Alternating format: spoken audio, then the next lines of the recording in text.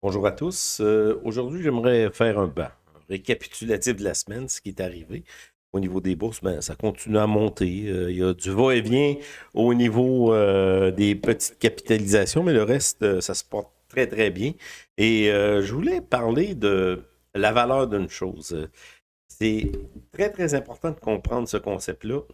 J'avais une discussion avec mes fils justement là-dessus. C'est quoi l'argent? Comment qu'on peut déterminer la valeur d'une pièce de monnaie, peu importe laquelle, là, peu importe quel pays qui émet des dollars? On sait très bien que euh, après la Première Guerre mondiale, lorsque on a commencé à imprimer en fou en Allemagne pour essayer de contrer le désaveu de l'Europe là, face à la Première Guerre mondiale. On a dit que l'Allemagne était complètement responsable. Je ne veux pas rentrer dans la politique, mais ce qu'on a fait, c'est qu'on a imprimé des dollars, de Deutsche Mark là, en fou. Et ce que ça a fait, tout simplement, ça coûtait moins cher de prendre du brick allemand pour se chauffer qu'acheter du bois pour alimenter la chaleur pendant ces durs mois de froid au niveau de ce pays-là. Et ce qui a été la conclusion, tout simplement, c'est la Deuxième Guerre mondiale, c'est triste. Un dictateur qui est apparu, Adolf Hitler. On ne rentre pas dans l'histoire, vous savez très très bien ce que je parle, mais tout simplement parce qu'on est rentré dans un paradigme en disant que l'argent avait une valeur et on pouvait comme déterminer que, par exemple, je vais vous donner un exemple très, très clair. J'osais de ça avec mon fils, parce que c'est là-dessus qu'on parlait, là. C'est quoi l'argent, là? Moi, je dis que c'est l'argent, c'est arbitraire. Je vais vous donner un exemple très, très concret. Vous travaillez, vous êtes un Argentin, il y a à peu près 5 à 10 ans, 5 ans. Vous travaillez très, très dur pour économiser beaucoup d'argent à vos yeux, à vous, là, c'est le pesos argentin, là, je pense. Mettons, dans ce temps-là, il y a à peu près 5 ans, vous vous dites, je vais économiser en fou, je vais travailler en fou pour essayer de mettre beaucoup d'argent en banque pour peut-être avoir des projets futurs, peu importe lesquels. Vous économisez, vous ramassez de peine et de misère pour vous donner des chiffres, je sais pas. Ben, en ce moment, je sais ce que vaut le peso argentin, c'est à peu près rien, mais dans ces temps-là, face au dollar américain, ça avait quand même une certaine valeur. Vous dites, je vais ramasser, mettons, 20 000, 30 000 pesos argentins dans ces temps-là. Je ne fais pas le calcul, là. Je dis tout simplement une valeur de comparaison. Vous ramassez 20 000 pesos argentins. Vous êtes très, très heureux du fait que vous voyez votre compte en banque. Wow! Et 20 000 pesos argentins, je peux peut-être me. Puis là, c'est n'importe quoi. Vous pourrez me reprendre dans les commentaires, là. Je pourrais dire des dollars canadiens, par exemple. Je ne peux pas aller aussi loin que ça, là, parce que quand même, le Canada, en tout cas en ce moment, là, en espérant que le régime va changer bientôt. Euh, Vous avez ramassé de peine et de misère, 20 000 dollars canadiens. Et puis, votre pays commence à. Bah, c'est pas le pays lui-même, c'est la dévaluation de la monnaie qui arrive à cause d'une période d'inflation. Mais on ne parle pas d'une petite inflation comme on a vécu les dernières années à 5 à 8 10, pas 10 mais 8 mais on parle de 100 200 300. C'est arrivé dans la République de Weimar, puis ça arrive en Argentine en ce moment. Donc, votre économie que vous avez fait avec l'espoir d'en arriver à quelque chose de concret, c'est-à-dire acheter une maison, peu importe quoi, peu importe lequel des projets que vous aviez en tête, ben là, votre économie vaut absolument rien ou presque rien. Tout simplement, c'est l'inflation l'inflation en fou, là, qui a grugé votre économie. Donc, je reviens à cette première question. Qu'est-ce que c'est qu'une valeur? L'or en ce moment vaut 2030, 2040 dollars en dollars américains. Donc, l'or et l'argent, parce que l'argent, c'est le petit frère de l'or. Donc, si les mouvements de l'or montent, l'argent va suivre c'est sûr. Donc, en ce moment, on se trouve à avoir une valeur en dollars américains, mais c'est une réserve de valeur. En ce moment, on vend des lingots d'or chez Costco et chez Walmart, donc on a de la difficulté à approvisionner les Walmart et les Costco de ce monde pour arriver à satisfaire la demande. Donc, il y a beaucoup de personnes qui possèdent des petits lingots d'or et je ne veux pas parler d'or ce soir. C'est pas du tout mon propos. C'est qu'est-ce que c'est qu'une valeur? Un terrain, vous aviez acheté un terrain dans les années 70, 80, 90, peu importe. Aujourd'hui, c'est peut-être multiplié par 5, par 10. Donc, la valeur est tout simplement arbitraire selon le contexte dans lequel on est. Une maison, c'est la même chose. Un immeuble, c'est la même chose. Immeuble à revenu, c'est la même chose. Donc, je ne veux pas rentrer dans les...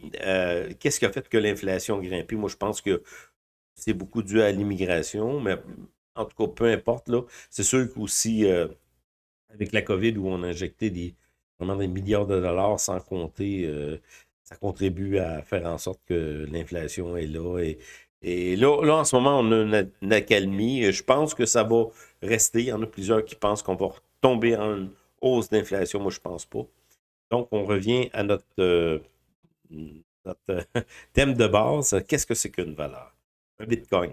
Un Bitcoin, en 2008, ça valait 1 $, 2, 3 $. Aujourd'hui, ça vaut à peu près, je pense qu'aujourd'hui, on a fermé à 43 000 $.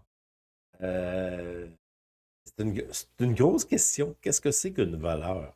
Puis, moi, comme je vous ai dit, je n'investis pas dans les bitcoins. Peut-être à tort, vraiment. J'ai de la difficulté à. Peut-être le bitcoin, lui, il va résister, mais il y a beaucoup d'autres crypto-monnaies qui sont absolument absurdes. Par exemple, le Dogecoin. Le Dogecoin, ça se trouve être une crypto-monnaie qui a été inventée pour faire une plaisanterie. C'est une monnaie de chien, là. C'est ça, Dogecoin. Euh, Parce qu'Elon Musk a parlé du Dogecoin, il s'est envolé, puis ça a rendu plusieurs personnes millionnaires, peut-être pas millionnaires, je ne sais pas, j'ai aucune idée, je ne suis pas le Dogecoin, mais c'est tout simplement pour vous dire qu'une réserve de valeur, ça peut être à peu près n'importe quoi.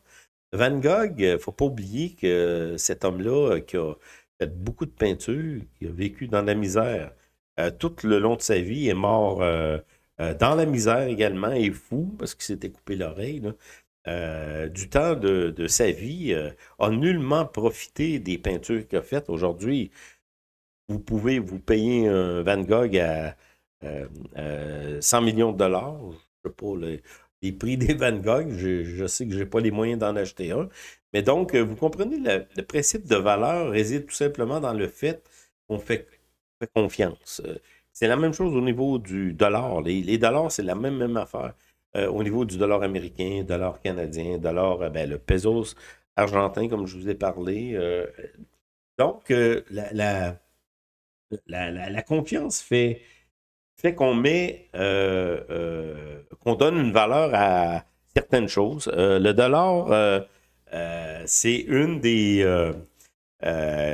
c'est un des items dans un pays qui est le plus important. On a la Constitution qui est importante dans un pays. La Constitution, c'est la chose, ben, c'est supposé d'être la chose la plus importante. D'ailleurs, le jugement qui vient d'être gagné ici au Canada par la cause des camionneurs, où Trudeau a mis la loi des mesures de guerre. Ah, vous allez me dire, c'est plus la loi des mesures de guerre, c'est Mulroney qui a changé le nom. Je comprends tout ça.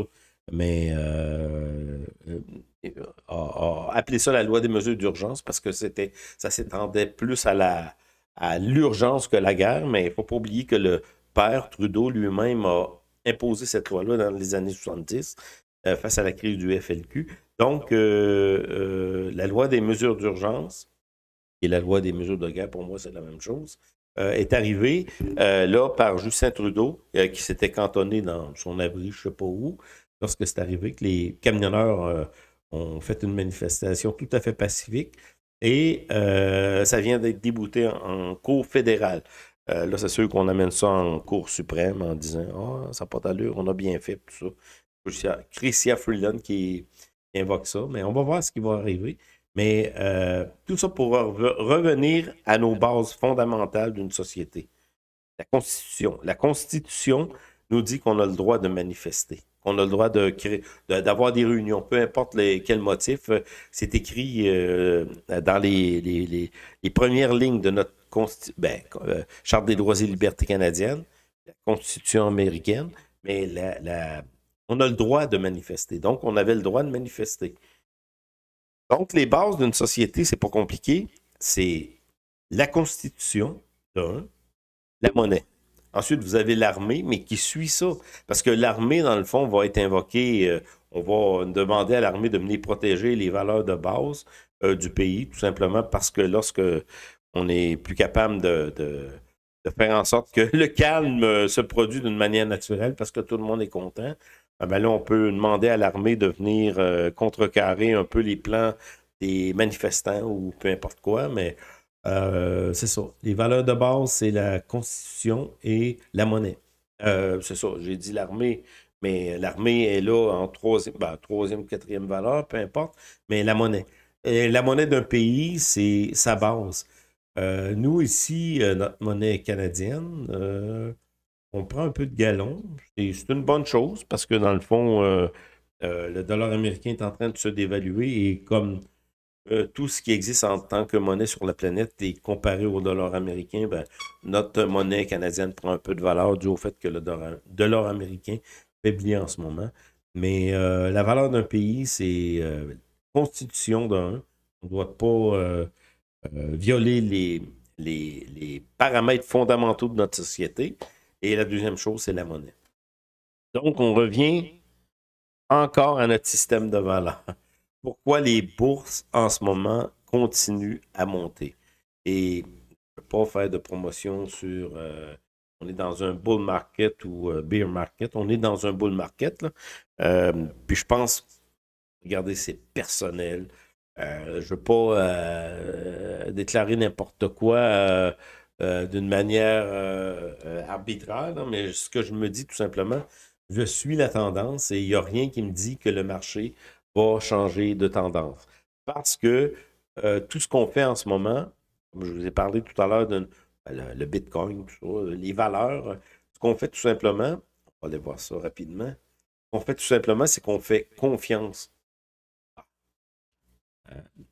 Pas nécessairement au système, parce que dans le fond, aujourd'hui, on a beaucoup, beaucoup de contestations au niveau du système mondial. On regarde la révolte des tracteurs qui a commencé en Allemagne et qui s'étend en ce moment en France, un peu partout sur la planète. On a plein de... Mais pourtant, les bourses montent. Qu'est-ce qui fait que les bourses montent? Parce que le système boursier, dans le fond, c'est un système où on peut présager ce qui va arriver dans le futur. On a un décalage d'à peu près 6 mois. Par exemple, si on a un crash, et ça a été constaté depuis presque toujours, si on a un crash sur la bourse en 2008-2009, lorsqu'on a eu le... Ben 2007-2008, on avait eu le... On va retourner voir ça rapidement, là. On ne regardera pas l'année 2000, mais lorsqu'on a eu la dégringolade de... j'irai voir sur... Excusez, on va aller voir sur les indices. Standard & Poor's, parce que ça se trouve être Standard & Poor's 500. 500 entreprises, ça a une plus grande, euh, influence sur le reste des autres entreprises, de toutes les entreprises aux États-Unis. Lorsqu'on a eu la dégringolade ici, c'est pas dans le creux ici qu'on a eu les conséquences de cette dégringolade qui était vraiment affreuse. Je me souviens encore exactement lorsque c'est arrivé. C'est arrivé quelques mois après. Et le marché avait changé sa tendance, 2009. Là. On avait commencé une tendance haussière et là, on disait que c'était la fin du monde, que tout allait cracher, tout ça. Mais le crash était déjà là. Et je reviens à notre réalité d'aujourd'hui.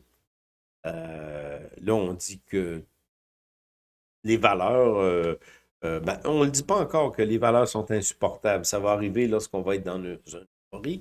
Mais en ce moment, on se trouve à dépasser les anciens sommets qui se sont produits en 2021. Là. 2020, ben, 2021, le sommet est en 2021, fin 2021. Et on a eu une descente d'un an au niveau des indices et d'un peu, en tout cas, beaucoup, beaucoup d'actifs. Et là, on est en revirement et on ne le croit pas. Il y a plusieurs personnes qui restent pessimistes, dire, je lis encore ça, j'écoute des économistes dire qu'on va, tout va cracher. Pourtant, on est dans un marché haussier. Et je pourrais dire, j'ose le dire, mais sans prétention, qu'on est dans un marché haussier qui débute pas sa course parce qu'on a débuté en avril-mai 2023, mais là, on poursuit cette montée. Et jusqu'à où est-ce que ça pourrait aller? Lorsqu'on a eu des anciens sommets, là, je ne regarderai pas 2020 parce que c'est la COVID là, qui était un sommet, un faux sommet. Lorsqu'on a dépassé les anciens sommets, là, regardez ce qu'on a fait comme montée. On a eu des montées très, très impressionnantes et c'est ce qu'on est en train de vivre.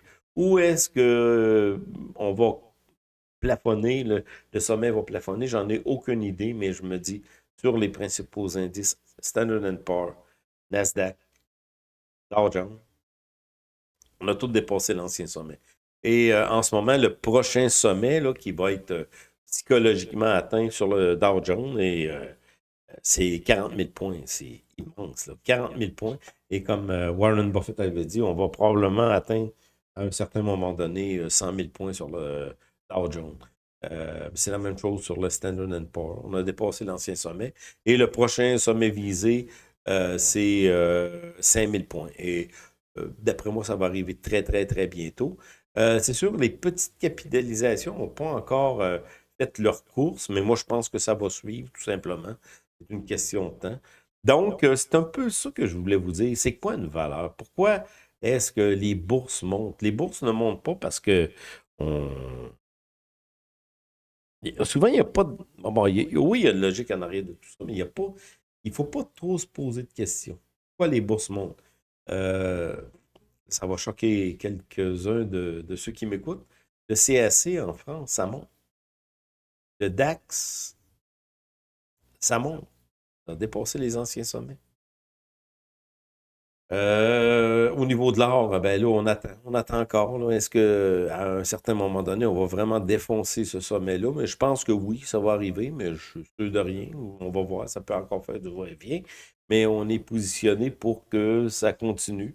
Peu importe. Ce que je veux vous dire, que la valeur d'une chose, on a parlé de Bitcoin, on a parlé d'œuvres d'art, la valeur de même le marché boursier, c'est pas parce qu'on a toujours de la logique derrière, et c'est ça que souvent je reproche aux économistes, surtout maintenant, là, c'est qu'ils ne comprennent pas, ils n'acceptent pas que le marché monte parce que, dans le fond, c'est illogique.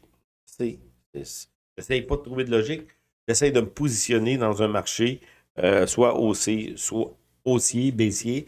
J'essaie de trouver des actifs qui peuvent m'être plus favorables, mais en ce moment, les indices, il n'y a rien qui me dit que ça va changer de direction. Donc, c'est un peu ma vidéo pour la semaine, en vous disant qu'on continue à monter. Puis, pour l'instant, il n'y a rien qui me dit qu'on va changer de direction. C'est triste pour les baissiers, mais c'est la réalité dans ce moment.